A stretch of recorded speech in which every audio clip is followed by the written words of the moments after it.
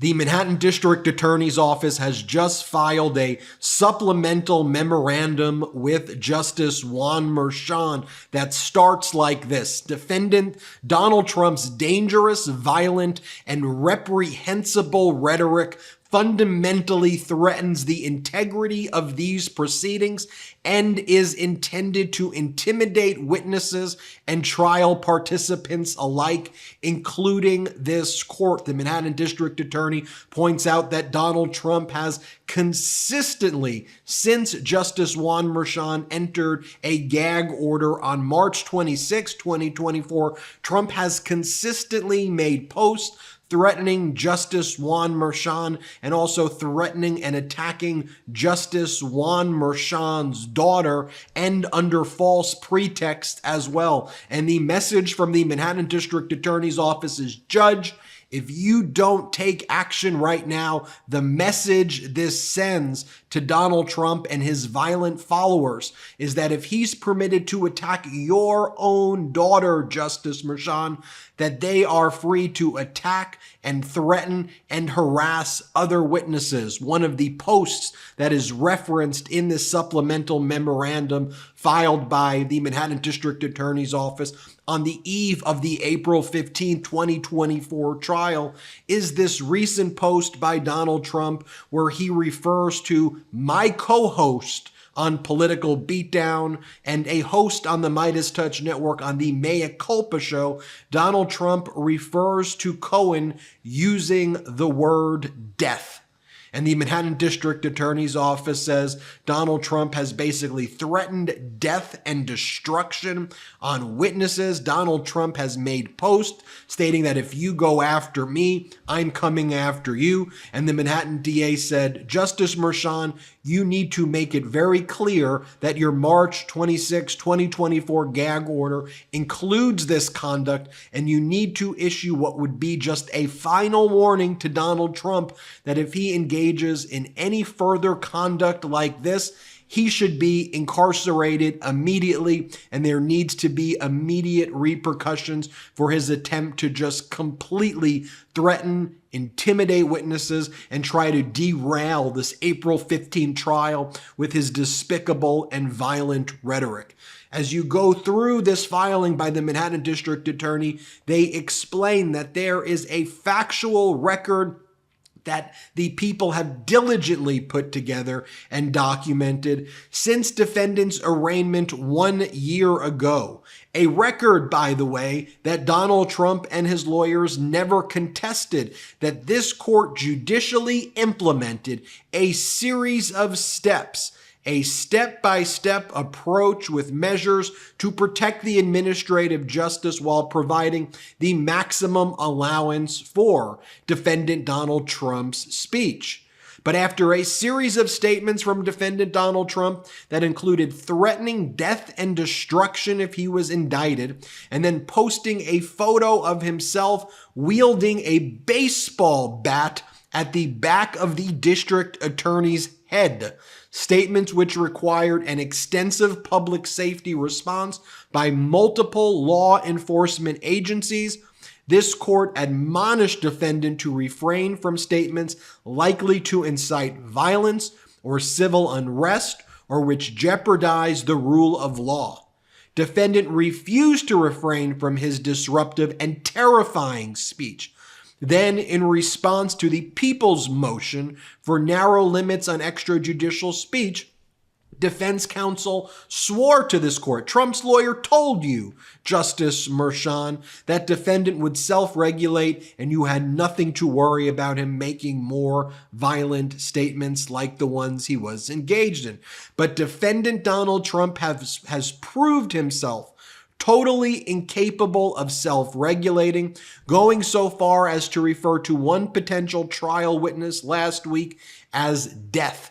With the start of trial imminent and all other less restrictive measures having failed, this court entered a tailored order on March 26, 2024, restricting certain kinds of extrajudicial speech aimed at witnesses, prospective jurors, court staff, prosecutors, and others. So what did defendant Donald Trump do? Well, defendant Donald Trump responded by launching a barrage of attacks not only on this court, but also on a member of this court's family immediately after the March 26, 2024 order, including posting a photo of Your Honor of Justice Merchan's family member, his daughter.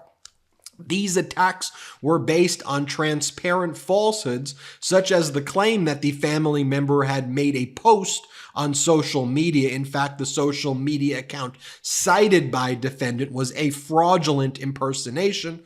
But those facts are beside the point for the defendant. Here's something you probably didn't know. 35% of adults report experiencing poor sleep quality. Better sleep awaits you with Cozy Earth, and it's time to discover the secret to better sleep with Cozy Earth's luxurious bedding products.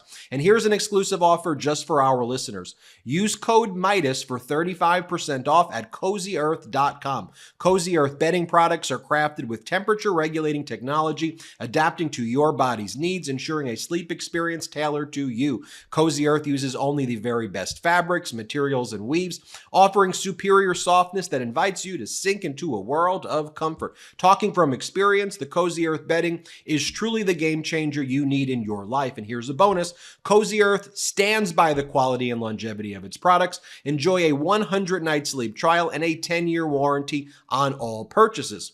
That's a decade of unparalleled comfort and support. Incorporating Cozy Earth products into your self-care routine can enhance your sleep quality and overall wellness. Treat yourself to ultimate comfort with Cozy Earth bedding and sleepwear, and prioritize your self-care and sleep health. Treat yourself to the ultimate in comfort and indulgence with Cozy Earth bedding and sleepwear, and prioritize your self-care and sleep health. Use our promo code Meidas at checkout for 35% off at CozyEarth.com, spelled CozyEarth.com. After you place your order, be sure to let them know that MeidasTouch sent you. Select podcast in the survey and be sure to write in MeidasTouch. So head over to CozyEarth.com and use our promo code Meidas for an exclusive 35% off. Upgrade your nights, transform your days with Cozy Earth. Indeed, defendant has instead insisted that he is constitutionally entitled to engage in what he considers protected campaign speech against this court's family based on yet another false claim that the family member is actively supporting adversarial campaign speech by defendant's political opponents, which is not true at all. There is no constitutional right for a criminal defendant to target a family member of this court. Full stop. It doesn't exist, let alone on the blatant falsehoods that have served as the flimsiest pretext for defendant's attacks. Defendant knows what he's doing. Trump knows what he is doing. And everyone else does too. And we all know exactly what defendant intends because he has said for decades that it is part of his life philosophy to go after his perceived opponents as viciously and as violently as he can. He has said for decades that he attacks his perceived opponents viciously and violently, both because it is a good feeling for him and because other people will see you doing it. And he promised very recently that, quote, if you go after me, I'm coming after you. He is carrying out that promise right now. Defendant's conduct since the court issued the March 26th order is all the record that is necessary to justify a further order, making clear that the court's family is off limit.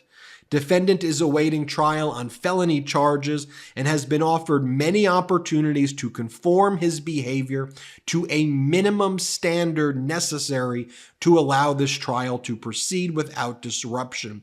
Defendant's continued harassing and disruptive conduct thus demands clarification or expansion of this court's March 26th order restricting extrajudicial speech to protect the court's ability to administer this case, to protect the court's family and this court from harm, and to show all witnesses, prospective jurors, and other trial participants that the judicial system stands ready to protect them too and to preserve the rule of law in the face of defendants' extreme and deliberate provocation. Defendants' claim of a constitutional right to levy personal attacks on the family members is disturbing as it is wrong. This court has already held that even assuming the highest scrutiny under the First Amendment, narrow restrictions on defendant statements are permissible, since his inflammatory extrajudicial statements undoubtedly risk impeding the orderly administration of justice. There is absolutely no reason to reach a different conclusion as to inflammatory attacks on this court's family, or for that matter, attacks on the family members of any other individuals covered by this order. And the harm to the orderly administration of this proceeding is magnified by the high likelihood that potential witnesses, prospective jurors, and other trial participants will observe defendants' attack and understand that if the court's family is fair game, then so are theirs. And I think that's the most important point to make, which is, Justice Merchan, you may feel that you and your family have all of this protection. Maybe you don't, but maybe you feel that, that the police will be able to protect your family, which is great, Judge. However, the message this sends to other witnesses, like my co-host, Michael Cohen, who gets regular death threats because of Trump's conduct, they don't have that security. And the message is sent that if Trump can get away with this going after your daughter, Judge, then he can go after other witnesses and there'll be no ramifications or repercussions. And it also invites potentially Trump's violent supporters to say, okay, we can do this to all of these witnesses. And let me just say firsthand that I know, as a co-host of Michael Cohen and a good friend of Michael Cohen, and Michael Cohen has a show, I know the death threats that he gets. I know how this actually impacts people's lives and shatters their own security and causes them to live in fear. I speak to Cohen about that on a regular basis. That's why this is so important for the Manhattan District Attorney to bring this to the attention of the court. We'll see what Justice Juan Merchan does, but I wanted to share this with you here. I'm Ben Meiselas. This is the MeidasTouch Network. Hit subscribe. Let's get to 3 million subscribers together. And the new MeidasTouch documentary called Against All Enemies is now the #1 documentary in the world on Apple. And it's number 16 in all genres in the country, which is pretty incredible. Hit subscribe. Let's get to 3 million. Check out Against All Enemies as well. Thanks for watching. It's Ken Harbaugh with the MeidasTouch Network. The film Against All Enemies, which I co-produced with Ben Meiselas and this network, has won awards around the world for its up-close portrayal of America's insurrectionist movement. It premieres in the U.S. on March 29th on Amazon and Apple TV. Go to againstalllenemiesfilm.com or click the link below. But don't just watch Against All Enemies. Tell your friends about it. It's one more way to hold accountable those who threaten our democracy. Thanks, Midas Mighty. Let's use our power well.